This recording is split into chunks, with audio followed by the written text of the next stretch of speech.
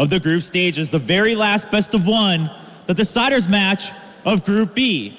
So far, the story in Group B has been how both these teams have been dominated by the NA powerhouse TSM, but right now, the focus is on the two teams from the big Asian regions to fight for that last spot in the semifinals of the Intel Extreme Masters World Championship. First up, ending the day one on a victory against Gambit Gaming, it will be from China, World Elite!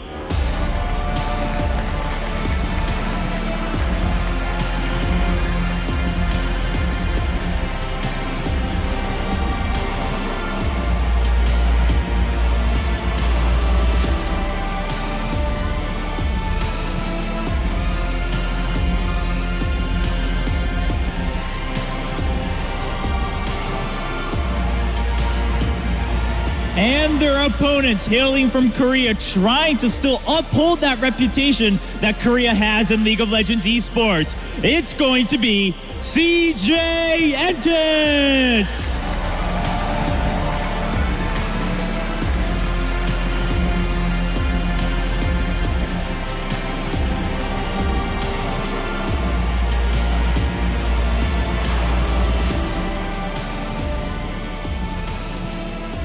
It's time to find out which of these two teams will secure that last spot so that we can see them play once again later in the day.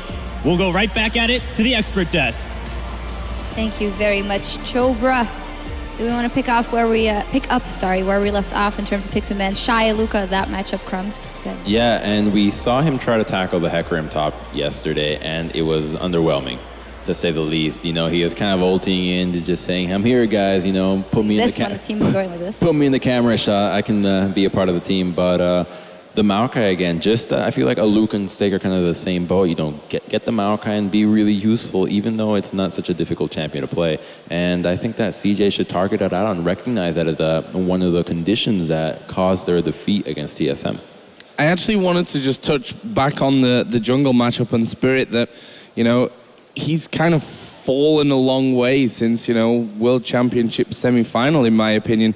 But you also have to say for WE, they're playing a style, they've got two new guys in that team that I think that makes it really hard for Spirit to actually shine in that lineup.